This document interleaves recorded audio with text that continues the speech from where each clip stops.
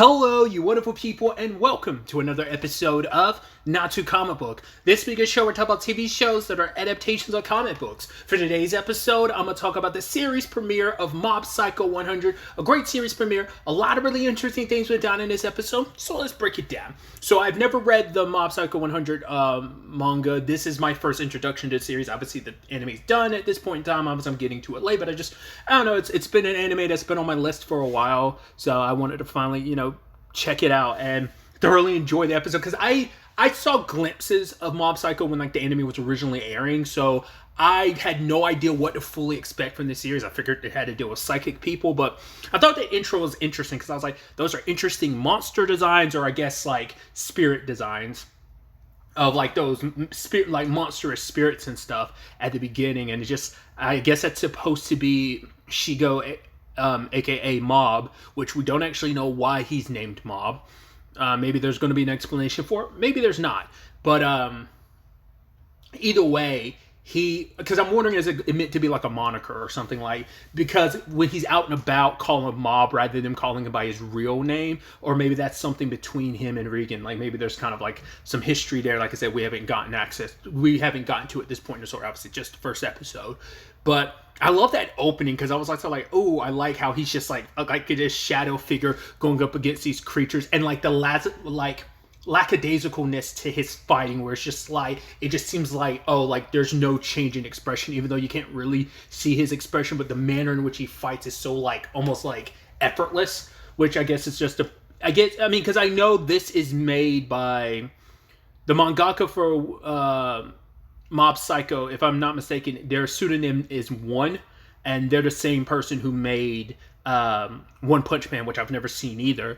Because if I'm not mistaken, I had to rewind it, but if you look later on in the episode, Regan has a picture of Saitama on his phone as the background to his phone. I was like, okay, nice little wink and nod.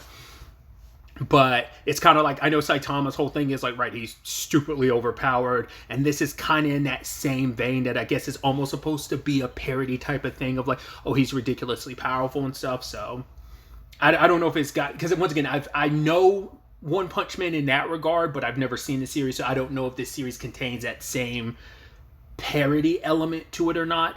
But either way, like I said, just the whole opening, and just how brightly colorful and how that was designed as, because there's no dialogue, it's just a sequence. So I don't know if that's supposed to be representative of what we see throughout the episode. You have this message popping up of Mob's explosion or something like that at a certain percentage. It's at 27%. So I don't know if it's going to be at the end of every season is going to get to 100%. And that's when stuff gets crazy, because he's trying to keep I wonder, does he have a certain threshold? Once again, I'm throwing out a lot here, theories and speculation, knowing nothing about the series. I'm curious, does he have a certain threshold he gets to? Because it does seem like he can't control his powers. He gets to the point he's eating, and he constantly is bending spoons to the point his mom's getting on his case about it. So I guess his powers have a natural threshold that they stay at. Once the more he uses his power, the more it gets built up until the point he, maybe what we saw in the opening is kind of the opening sequence is supposed to be him at 100%, that final attack, when he was gobbled up by that monster and then just kind of exploded out. Maybe that's supposed to be representative of that, when he kind of wiped everything out. Maybe that's supposed to be him at 100%, and it's the more he uses his power, he always gets there. I think it's interesting that when we start, when we get the first number, it's it's him at 20 something already. So I think that's fascinating. Once again, I could be completely off bases here. It might not be at the end of the season we get to 100%. It might be a couple episodes. Especially we're already episode 1. But to be fair, it only went up 2% or something like that. Wasn't it 25 before, and then it went up to 27, I think? So who knows how, I'm sure it's going to vary how large or how little that percentage increases. But either way, I wasn't expecting, once again, knowing nothing about the series, I wasn't expecting the whole, Shigo, aka Mob, working for Regan. He's this fake psychic where he's the one with all the reputation, and it's actually Mob who does all the heavy lifting. It has that very Detective Conan element to it, where Shinichi as Conan is the real detective, but Ren's dad gets all the credit, because or whoever it is that Conan or Shinichi pretend to be. Like, it has that like Detective Conan element to it in that regard. But the difference is like Mob is completely oblivious to Regan being a fake and just being like, oh, because Regan's able to make up all these excuses like, oh, I promised I'd leave all the small fry to you, that's why I didn't step in. He's like, oh, okay, sure, okay, master. Like, we don't know how that relationship came to be. Does his family know about that connection? That he's like subletting and kind of moonlighting as a psychic person working for Regan, because he's kind of gotten this reputation as like he's the new star when it comes to dealing with like psychic and supernatural stuff. I'm curious, did he have powers at one point in time and now he's forced to fake it because he's lost him? Or has he always been a fake? And maybe that's how him and Mob's relationship started. Something happened and he pretended like, oh, like I'll take you under my wing, and Mob, wanting to learn how to control his powers better, decided to be under his tutelage. I love like the different courses he was offering that first lady, like client, being like, okay, there's this course, this course. The different courses varies how much of the possession he can get rid of. Course C is a 99% because he's like, right, like ghosts cling on and stuff. So obviously he's fleecing a lot of people for money. But I love that the boyfriend didn't buy any of the BS. He thought it was crap. And I love Regan's like, oh yeah, maybe once we deal with the spirit or whatever dealing with your girlfriend, her face will go back to normal. He's like, my girlfriend's face is normal. He's like, I see how it is. So he is faking it. It doesn't seem like he's in tune with the spirit world or psychic or anything like that. And they go to a building, and I love that he's like, oh, there's something here. And it's because he doesn't like the thought of like the place because it's riddled with cockroaches. Because apparently the ghost that's haunting this place is someone who got so freaked out by cockroaches, jumped up and like smashed his head on the ceiling. And I love that Regan's ultimate techniques involve him like spraying table salt everywhere. And his other special move is handful of table salt hitting the spirit, which normally would work, but it's not purified salt. He's using salt from a store. You would have thought, considering it didn't work in the earlier parts of the episode, he wouldn't try and do it again later. But I guess it's like maybe he's working on a budget. I don't know. The fact is that he didn't like rectify that. Or maybe it's like we as the audience are hearing that from the narrator, but maybe Regan doesn't recognize that. He's like, oh, it's salt. That's all that should matter. It's like, well, even he was like, oh, I guess salt doesn't work on ghosts. I mean, I guess you can interact physically with ghosts because the ghost in the episode, he did punch it. He had salt in his hand, but it was, once again, regular salt that we're aware of. Not unless it was different salt, but I think it was just regular salt. But the fact is that because the salt did touch the ghost, so it does seem like they do have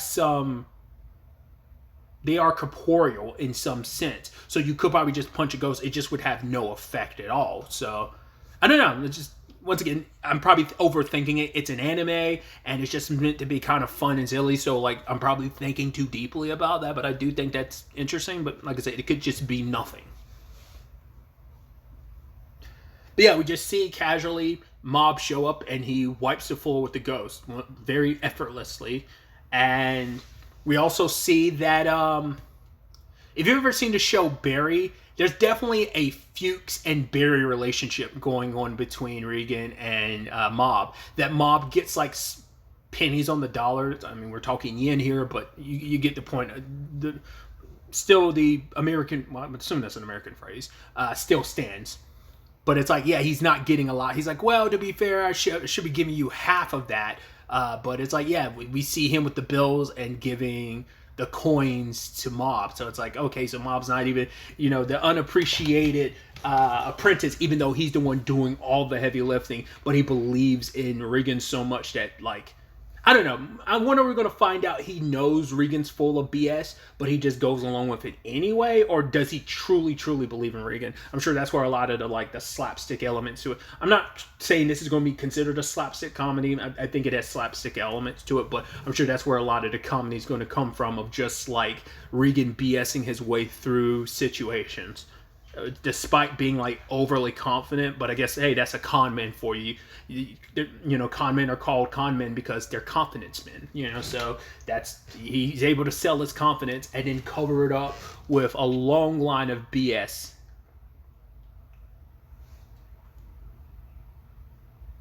We get a little taste of Shigo's like everyday school life. We find out he's a middle schooler, which I feel like that doesn't come up too often. Like middle school main protagonists of like, I think this is considered a shonen series. I feel like most shonen protagonists are going to be high schoolers, but a middle schooler is interesting. The only one that comes to mind, not saying there aren't any, but like to me, most are like typically high schoolers. Seems to be like the typical protagonist. But the one that immediately comes to mind is Suna. From Katsukyo Hitman Reborn, which I'm like, I always forget what Suna's full name is. Is Suna Yoshi? I always forget what Suna's real name is. He's just always Suna to me. But either way, he's one of the only few middle schooler protagonists that I immediately think of. But yeah, it seems like he's, in a very Suna-esque way, seems to kind of be the loser. He's not the smartest. He's like terrible at arithmetic. It's like, it seems like his teacher's like, oh, it seems like the only thing you could do is math. He's not good at sports, but it's because he's made a promise to Regan, and I guess maybe there's been incidents in the past where this has come up, that he will never use his powers against a person. That's kind of like their golden rule. He can always use his powers against spirits, but never people, because I guess maybe he's caused problems in the past in that capacity. And we also get introduced to his love interest, which I love that when she's first introduced, the people, her friends around her, it seems like they're fruit or vegetables for heads. And I was like, wait, is that what they look? It's like, nope, that's not what they look like. It's just how he saw them, because I guess she's so perfect and great that he views every girl around her in that. I don't know. I just thought that was such a weird like couple seconds. And then you got to the next shot of it and it shows them having regular faces. So I was like, that's so interesting that that's how he sees them. But obviously, it's like his number one love interest, so we'll probably definitely be exploring more of that in the future. I haven't talked about it, but I think this series has such a weird and interesting art style. Like I said, I haven't seen enough of One Punch Man, but I know character design-wise, like I could see the similarities, obviously, but it does not feel like it would be an anime art style the way it is. Like there's something like off-putting and weird about the character designs, which I mean just sets it apart uniquely, like from its character designs and art style. But it's such a weird art style that it took me a second to be like, what the. Well, I guess once again, I haven't seen enough of One Punch Man, so it probably has like a lot of the same elements in character designs, probably with the exception but more like your secondary characters. But that's anything where it's like the secondary characters are always sometimes going to look weirder than like your main characters because they are meant to stand out a little bit more. But either way, they later on, Regan brings Mob along to investigate this tunnel where there's been some incidents. And I love Regan walking in with such confidence, thinking Mob is right behind him. But he's over there fascinated by some ants going into a hole. He's like, no, I thought you'd handle this yourself. And Mob is stuck taking care of like the regular guys, and I love Regan's like, yep, you go ahead, take care of those small fries. I guess there's nothing else to really worry about here. And he's picking up his pace, and he runs into the boss, who definitely gives me like Jafar from Aladdin vibes. With just like, obviously he's blue like Genie instead of red like Jafar, but he just kind of gave me those vibes. I love we find out once again just the comedy of it is like, oh, that's so lackluster. The reason why him and his biker gang died is because one of the first people out in the group slipped on a banana, like their motorcycle slipped on a banana peel, and they all died in an explosion. I'm reading too much into it, but one of the guys to the far right kind of it's just because he was in all green, and it's stupid because I came across something recently that made me have Yu Yu Hakusho on the brain. So he kind of reminds me of Yusuke, but I'm like, nah, I doubt that's what that's supposed to be. Because there's another character that I'm like, that could be a little Kuwabara-esque, but once again, I was just probably reading too much into it. Maybe there is something like little anime winks and nods there that I just wasn't paying attention to. But yeah, Mob easily defeats him and then moves on to the main guy afterwards. He's spared, because I don't know, because we do see Mob taking care of like the small fry, because there have been so many people that have died inside of that tunnel, but the main quote-unquote boss of this area, he was like, yeah, we were kind of forced to like scare people away from here because the one that's like responsible for so many people dying. And then Regan's like, oh my god, like you guys, he's like, no, once again, one of our people slipped on a banana peel, that's how we died. But it's like but the main person Mob went up against and like quite easily defeated yet again, that I'm like, I'm curious what's the significance behind that, because it's like, apparently it's like, yeah, this thing has been here for like hundreds of years, like in this particular area, and that's why it was just like causing more and more victims. But the point I was making beforehand was like, we saw Mob like attacking a whole bunch of other spirits, but then like he spared the main guy because the main guy was like, hey, like I just wanted to kind of make his old gang proud, and you know, he's like, right, I just want to say all that before I die. And Mob ended up handing him a photo of his gang, and it allowed him to kind of move on to the afterlife. They were kind of set free and they moved on. So I'm assuming the rest of the people were just like evil spirits that attacked them. And so I don't think that was his gang. Maybe it was. But my point was like, does that mean like, it doesn't seem like Mob's killing them. I mean, maybe at certain points he is just killing them, or is he sending them to the afterlife? Because this guy kind of went on his own, so he kind of went to the afterlife. But any other spirits that Mob defeats, is he killing them or temporarily defeating them? And Regan did. I mean, who knows how much of it's BS or not? But he said like, right, exercising a ghost, you can't quite fully get rid of them. Maybe can temporarily like disrupt them. But maybe it's a situation of they have to kind of go on their own, and if they don't, you know, and depending on how malicious, I guess there's at a certain point where it's like they're so lost and consumed with the malice of death that there is no like going to an afterlife form. You just have to kill them if they still don't have a semblance of who they were anymore. Once again, first episode, just a lot of speculation on my part, but thoroughly enjoyed it all the way through. And I'm excited to kind of learn more about this world, more about the psychics. Like, is it just a thing of like, hey, you just happen to be born? Like, does anyone else in his family have it? Because we met his brother, which he has one, which doesn't seem like like his family just like, oh my God, here you are bending another spoon. But his brother bent it like with his bare hand, so it must mean like he doesn't have any power. So why does Mob have the powers? Is it just kind of like a roll of the dice thing? You're born a psychic, yes or no, like in typical fashion, or is there something more to it?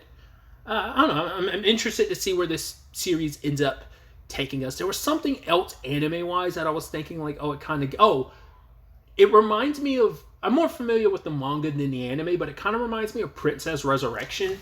Like, it feels like it's kind of got that same energy where it's just kind of like random, almost horror-esque comedy situations you find yourself in. That's like, it's very like, Princess Resurrection is pretty much that, like, kind of slice of life of like adventure of the week type of thing. It feels like Mob Psycho's kind of got that, but I'm sure there probably will be an overarching story, but maybe there isn't. Maybe it is very just adventure of the week, character of the week, dynamics of the week, and situations of the week.